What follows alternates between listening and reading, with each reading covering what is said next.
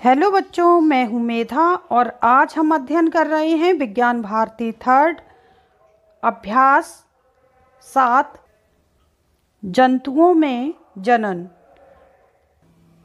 प्रश्न नंबर 1, सही विकल्प अपनी अभ्यास पुस्तिका में लिखिए। प्रश्न नंबर का, जंतुओं में निरंतरता के लिए आवश्यकता है। ऑप्शन है पाचन, श्वसन, प्रजनन, उत्सर्जन। तो यहाँ पे प्रजनन सही है, तो हम जाएंगे ऑप्शन नंबर सा के साथ। प्रश्न नंबर है खा, बाह्य निषेचन होता है। नंबर 1, मेढक, गाय, मनुष्य या बकरी में। तो बाह्य निषेचन होगा, जो अंडे देने वाले जंतु हैं उसमें बाह्य निषेचन होगा, तो मेढक अंडे देता है, तो हम जाएंगे ऑप्शन नंबर आ के साथ। प्रश्न नंबर गा, लैंगिक प्रजनन में भाग लेते हैं। ऑप्शन है 2 नर जंतु, 1 नर 1 मादा जंतु, 2 मादा जंतु, दा इनमें से कोई नहीं। तो प्रजनन में, लैंगिक प्रजनन में 1 नर 1 मादा भाग लेता है, तो हम जाएंगे ऑप्शन नंबर बा के साथ। अगला है प्रश्न नंबर घा, आंतरिक निषेचन होता है।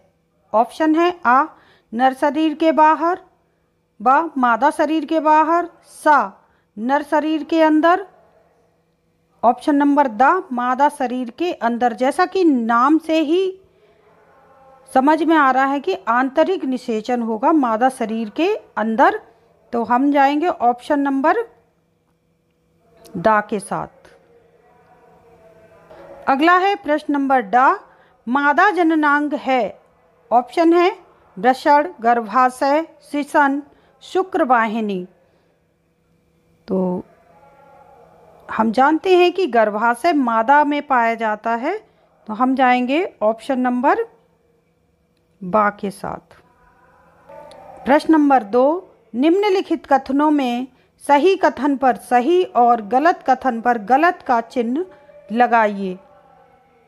प्रश्न है का, अमीबा मुकुलन द्वारा प्रजनन करते हैं। ये गलत है, अमीबा में मुकुलन नहीं होता है, ये है ऑप्शन हमारा गलत।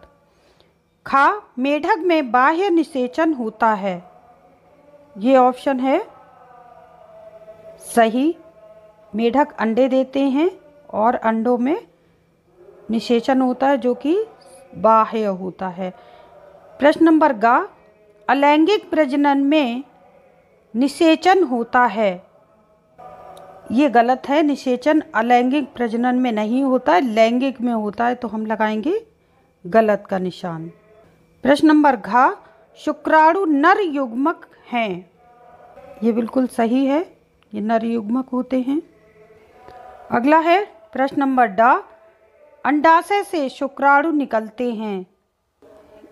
ये है ऑप्शन गलत, अंडाशय से शुक्राणु नहीं निकलते, ये मादा जननांग है जिससे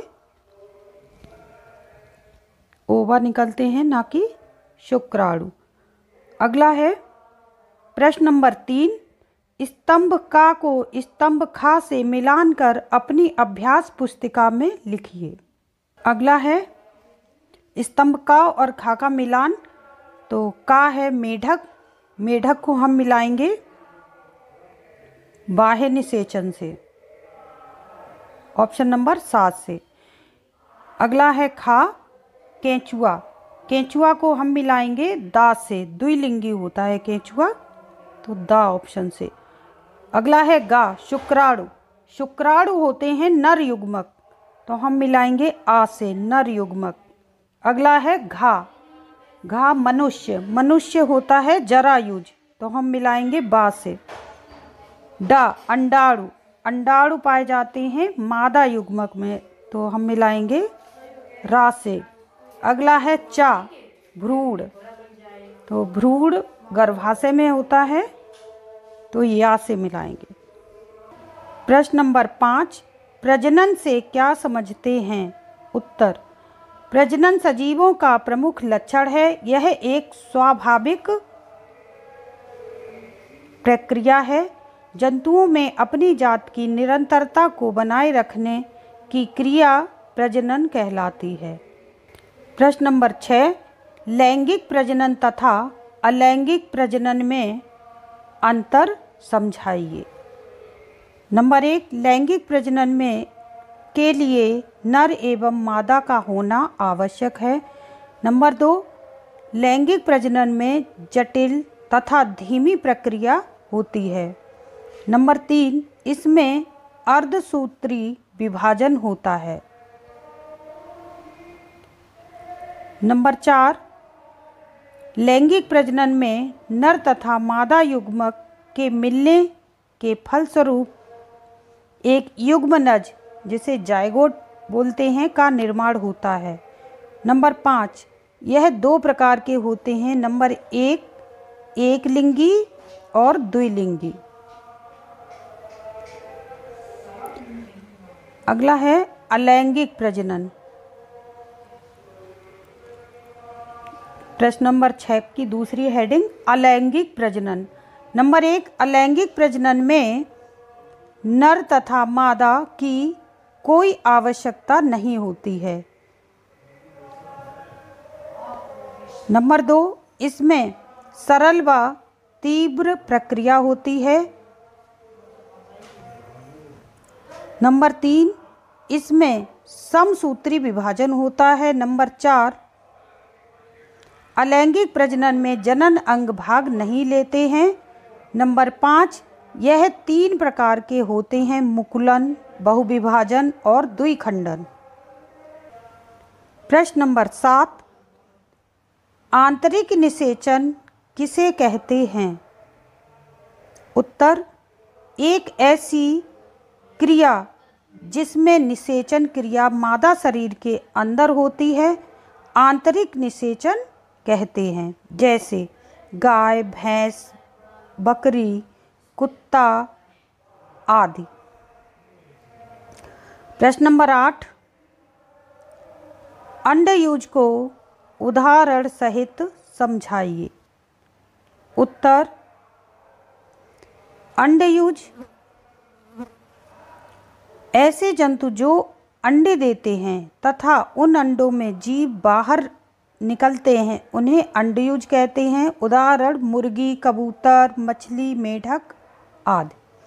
प्रश्न नंबर 9, बाह्य निषेचन किसे कहते हैं? उदाहरण सहित समझाइए। बाह्य निषेचन इस प्रकार का निषेचन जो जंतु के शरीर के बाहर होता है, बाह्य निषेचन कहलाता है। उदाहरण मेढक, मछली आदि। अगला है प्रश्न नंबर 10, मादा के किस जनन अंग में भ्रूण का रोपण होता है? उत्तर, मादा के गर्भाशय में भ्रूण रोपण होता है। गर्भाशय में भ्रूण बनता है।